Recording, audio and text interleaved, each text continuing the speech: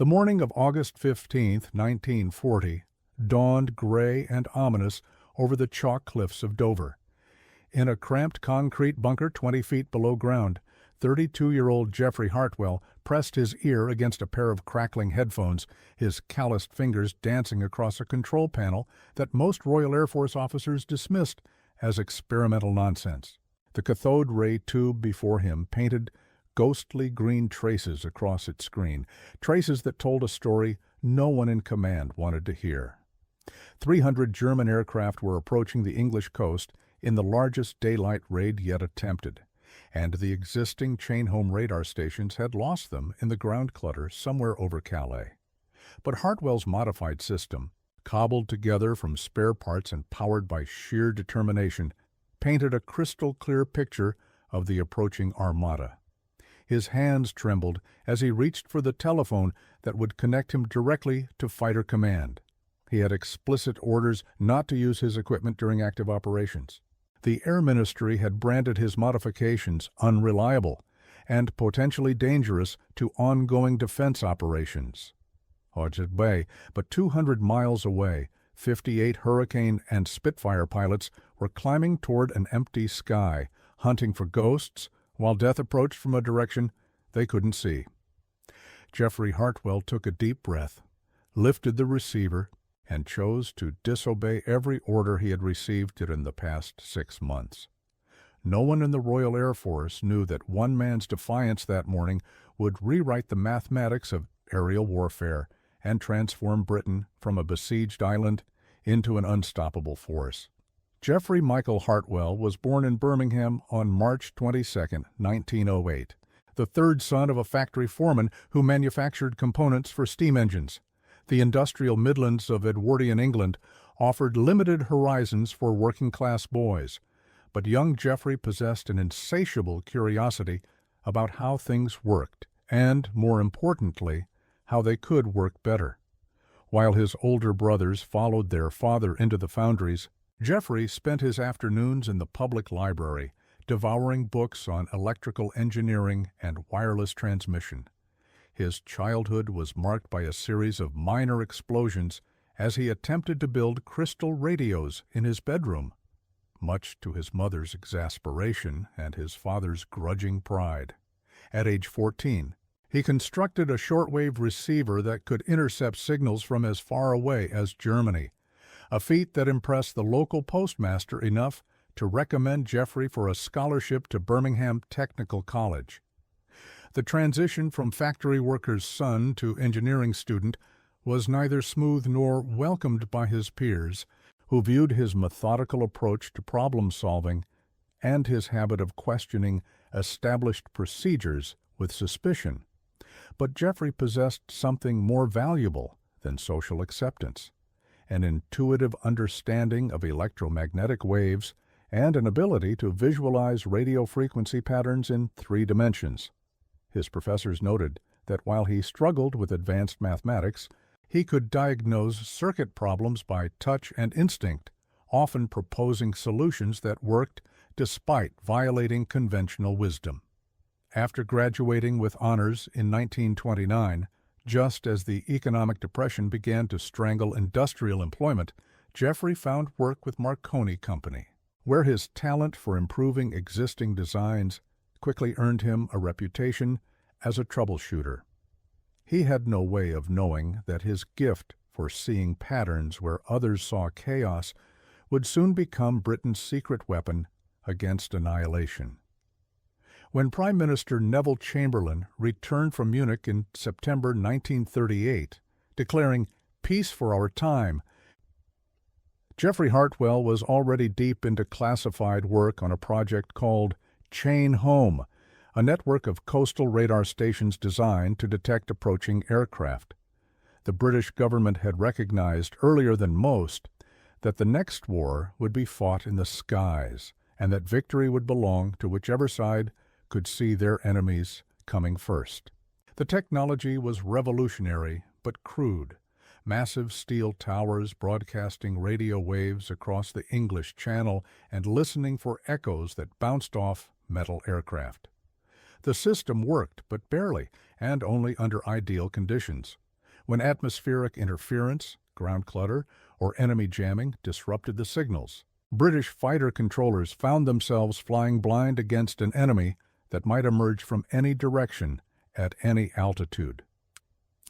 Jeffrey was assigned to the improvement program in March 1939, 6 months before Germany invaded Poland, and he immediately identified fundamental flaws in the existing architecture. The chain home stations used fixed frequencies that enemy engineers could easily identify and jam. The receivers were insufficiently sensitive to distinguish between aircraft and ground features. Most critically, the system provided no reliable method for tracking multiple targets simultaneously during the chaos of mass raids. His initial reports to the Air Ministry outlined solutions that would require extensive modifications to existing equipment and retraining of operational personnel. The response was swift and dismissive. Squadron Leader Richardson, the liaison officer responsible for radar development, informed Jeffrey that chain home was adequate for defensive purposes and that unnecessary complications might compromise reliability during combat operations. He was instructed to focus on minor maintenance improvements rather than systematic redesign. But Jeffrey had studied the German Air Force's tactics during the Spanish Civil War, and he understood that Britain's survival would depend on more than adequacy. The mathematics were stark. If German bombers could approach undetected until they were visible to ground observers, British fighters would have insufficient time to climb to intercept altitude, and the island nation would be pounded into submission within weeks. He knew that innovation, not obedience, would determine whether his homeland survived the coming storm. Throughout the winter of 1939 and spring of 1940, as German forces conquered Poland, Norway, Denmark, Belgium, and France, Jeffrey Hartwell worked 18-hour days in a converted laboratory at RAF Bautzen, officially improving signal clarity and operational efficiency while secretly developing a completely new radar system. His unauthorized project began with a simple observation. Existing chain home stations detected aircraft by measuring the time delay between transmitted pulses and returned echoes, but they ignored the subtle frequency shifts that occurred when radio waves bounced off moving targets. By analyzing these Doppler shifts with equipment borrowed from university physics departments, Jeffrey discovered he could not only detect aircraft, but determine their exact speed and direction of movement. More importantly, he could distinguish between genuine targets and false echoes caused by weather, terrain, or electronic interference. Working alone during night shifts, he assembled a prototype system using components cannibalized from broken receivers and experimental transmitters that were scheduled for disposal.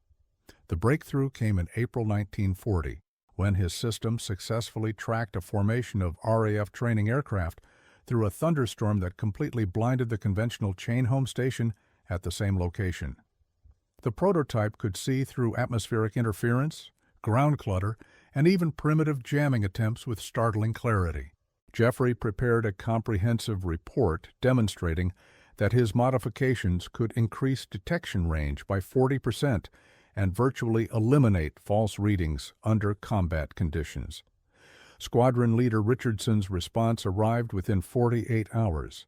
Jeffrey was to cease all unauthorized experimentation immediately and return to his assigned duties maintaining existing equipment.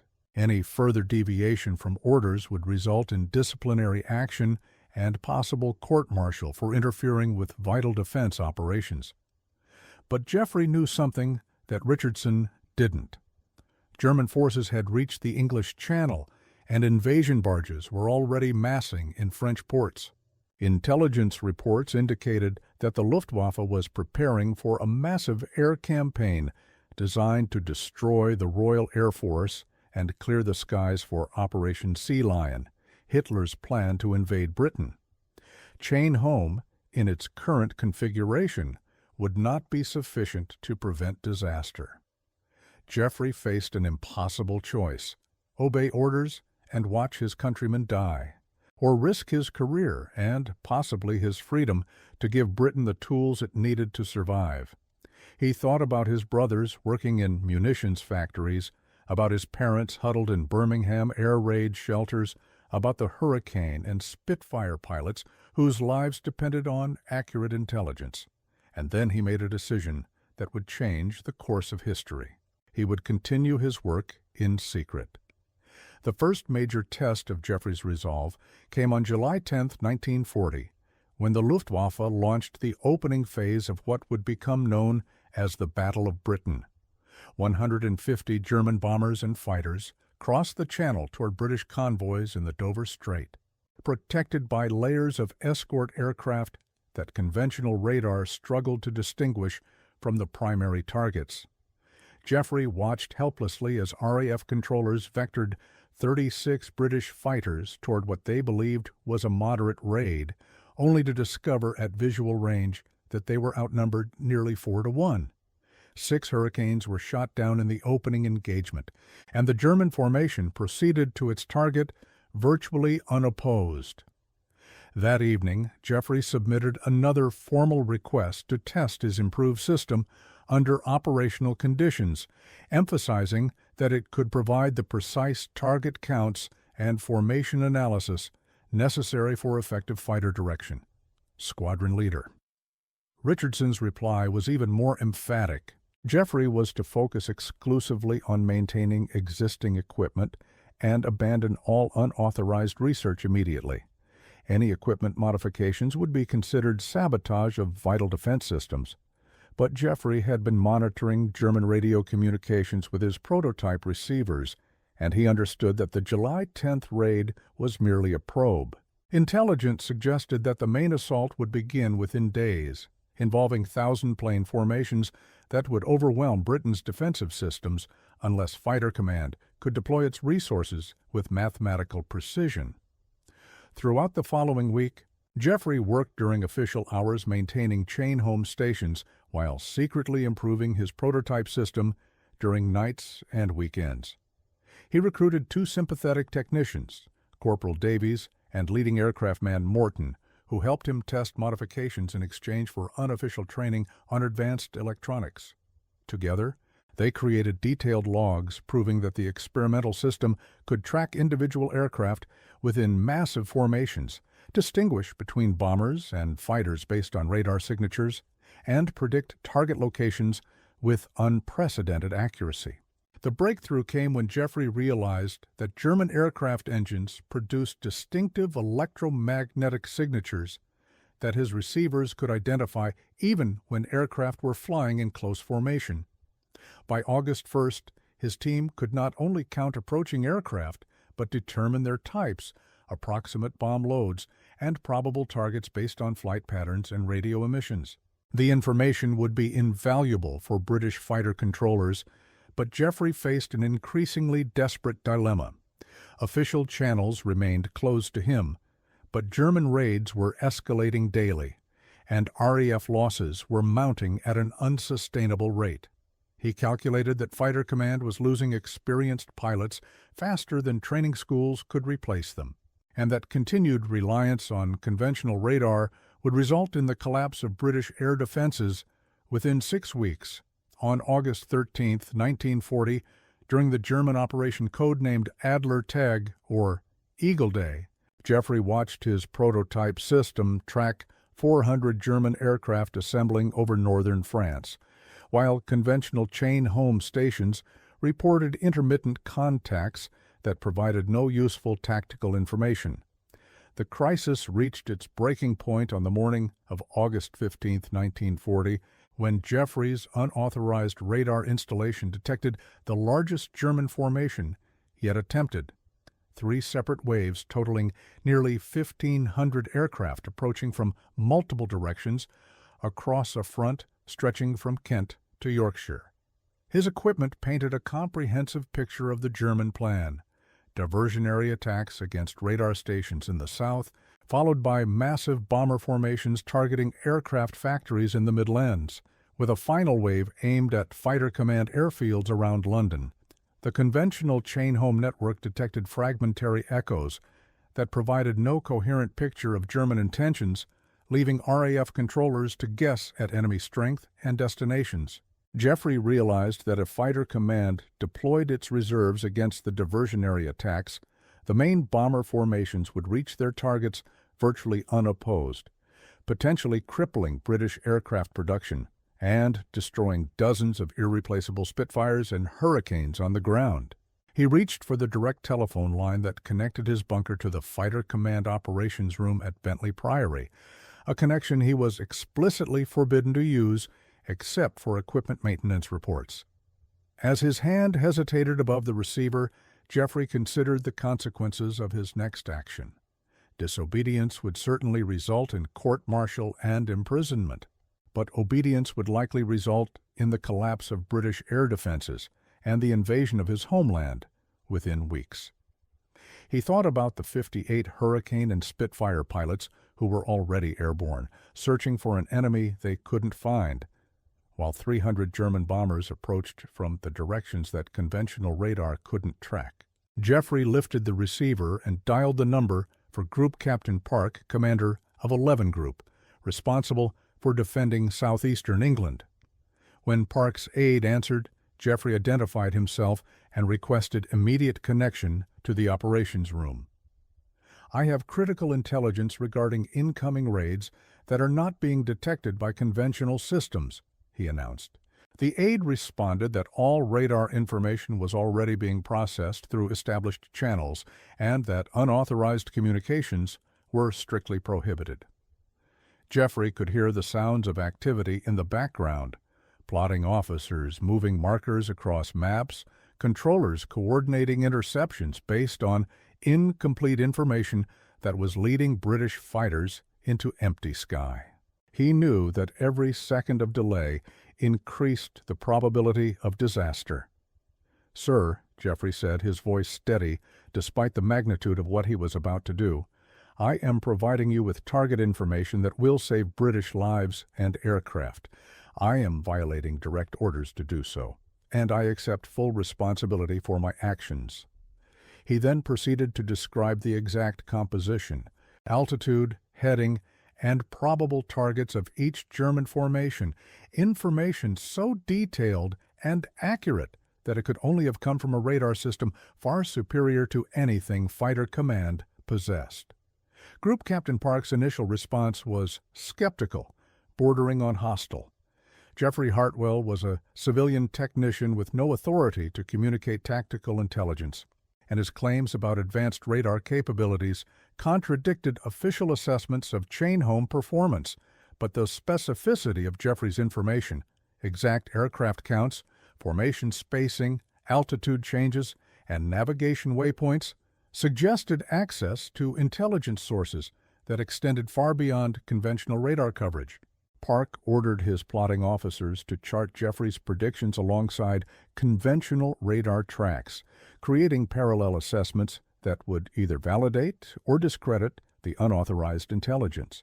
Within 15 minutes, Royal Observer Corps stations along the coast began reporting visual contacts that precisely matched Jeffrey's radar intercepts, confirming aircraft types and formation compositions that conventional chain-home stations had completely missed.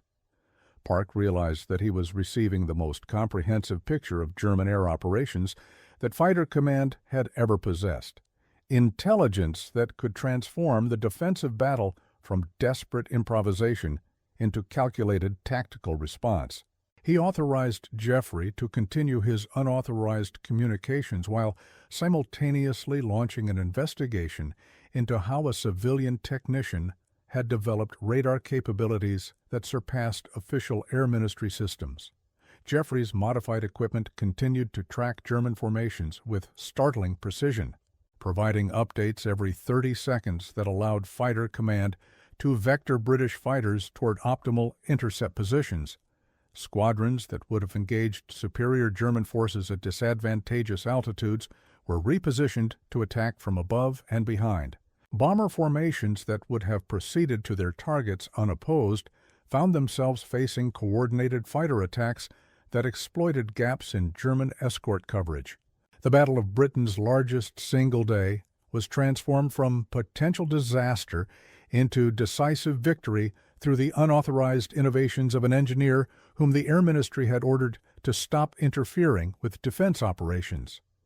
By the end of August 15th, Fighter Command had shot down 76 German aircraft while losing only 34 of their own, a tactical outcome that senior Luftwaffe commanders would later describe as impossible, given British radar limitations. Geoffrey Hartwell had single-handedly provided Britain with the technological advantage that turned the tide of aerial warfare, but he had done so by violating every order he had received from his military superiors. As evening fell over the Dover cliffs, Geoffrey sat in his cramped bunker, watching the last German formations retreat toward France, knowing that his career was probably over, but that Britain would survive to fight another day. The immediate aftermath of August 15th proved more complex than Geoffrey anticipated.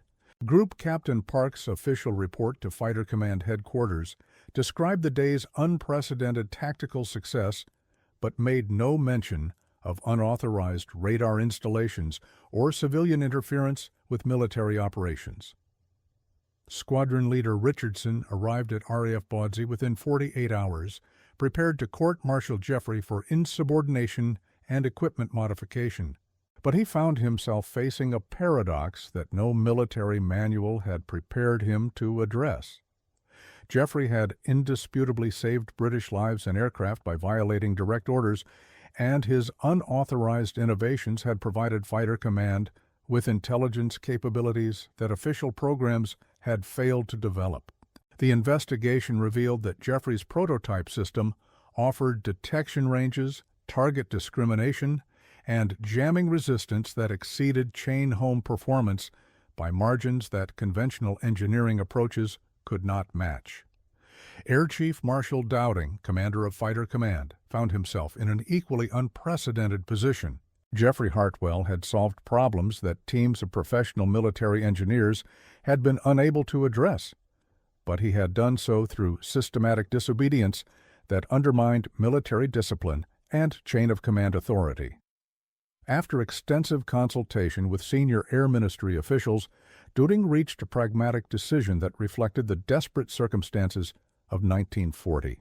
Geoffrey would receive an official reprimand for unauthorized equipment modifications and communications, but he would also receive immediate promotion to civilian technical consultant with unprecedented access to Fighter Command operations and unlimited authority to modify radar systems as he deemed necessary for defensive effectiveness. The arrangement satisfied no one completely, but recognized the mathematical reality that Britain's survival depended more on technological innovation than military protocol. Geoffrey's improvements were rapidly incorporated into chain home stations throughout the defensive network, transforming British radar capabilities from adequate to overwhelming within a matter of weeks. German aircrew began reporting that British fighters appeared to possess supernatural awareness of Luftwaffe intentions, intercepting bombing formations at precise moments and locations that suggested intelligence sources far beyond conventional detection methods. By October 1940, as the Battle of Britain drew to its conclusion with decisive British victory, Luftwaffe operational assessments concluded that continued daylight raids were militarily impossible due to unexplained improvements in British radar effectiveness and fighter direction capabilities. Geoffrey continued his work throughout the war, developing innovations in night fighting radar, naval detection systems, and electronic countermeasures that provided British forces with technological advantages that enemy intelligence services never fully understood. He married his longtime fiancée, Margaret Walsh, in December 1941, and they settled in a modest cottage near Canterbury, where Geoffrey could continue his research, while Margaret taught at the local primary school. The broader implications of Geoffrey's unauthorized innovations extended far beyond individual tactical victories to reshape fundamental approaches to technological development and military hierarchy. His success demonstrated that breakthrough innovations often emerged from unconventional thinking by individuals who were willing to challenge established procedures and risk personal consequences for broader strategic benefits. The Air Ministry, initially resistant to acknowledging that a civilian technician had solved problems beyond the capabilities of official research programs, eventually established new protocols that encouraged experimental modification of existing systems and provided formal channels for unauthorized but potentially valuable innovations. Jeffrey's example influenced a generation of British engineers and scientists who understood that technological superiority required more than adequate equipment. It demanded continuous improvement driven by individual initiative rather than bureaucratic approval. His modifications became the foundation for radar systems that guided British bombers over Germany, directed naval operations in the Atlantic, and supported ground forces throughout the liberation of Europe. Post-war analysis revealed that Jeffrey's innovations had contributed to tactical advantages that shortened the war by an estimated 6 months and saved thousands of Allied lives through more effective use of limited resources against superior enemy numbers. Letters from Hurricane and Spitfire pilots who survived the Battle of Britain consistently credited improved radar information with providing them sufficient warning and positioning data to engage German formations on favorable terms, rather than fighting desperate defensive actions against overwhelming odds. Squadron leader James Morrison, who flew Spitfires with 609 Squadron throughout 1940, wrote to Jeffrey in 1946, "I never knew who was providing the intelligence that kept us alive, but every pilot in fighter command understood that someone had given us eyes that could see through clouds and darkness. We flew into combat knowing that we would find the enemy exactly where we expected, at the altitude and heading that tactical doctrine recommended for our weapons and fuel state. That certainty transformed air combat from gambling into calculated tactical engagement." Jeffrey's story became required study at the Royal Air Force Staff College, where senior officers analyzed the tension between military discipline and innovative thinking under combat conditions. His example demonstrated that effective defense sometimes required individuals to disobey orders in service of broader strategic objectives, a lesson that influenced British military doctrine throughout the Cold War and beyond. The radar installations at RAF Bawdsey became a shrine of sorts for engineers and pilots who understood that Britain's survival had depended on one man's willingness to risk his career for technological advancement that official channels had refused to pursue. Jeffrey Hartwell never called himself a hero, preferring to describe his wartime contributions as engineering problems that required unconventional solutions. He spent the remainder of his career developing civilian applications for radar technology, including air traffic control systems and weather monitoring equipment that transformed commercial aviation safety and meteorological forecasting.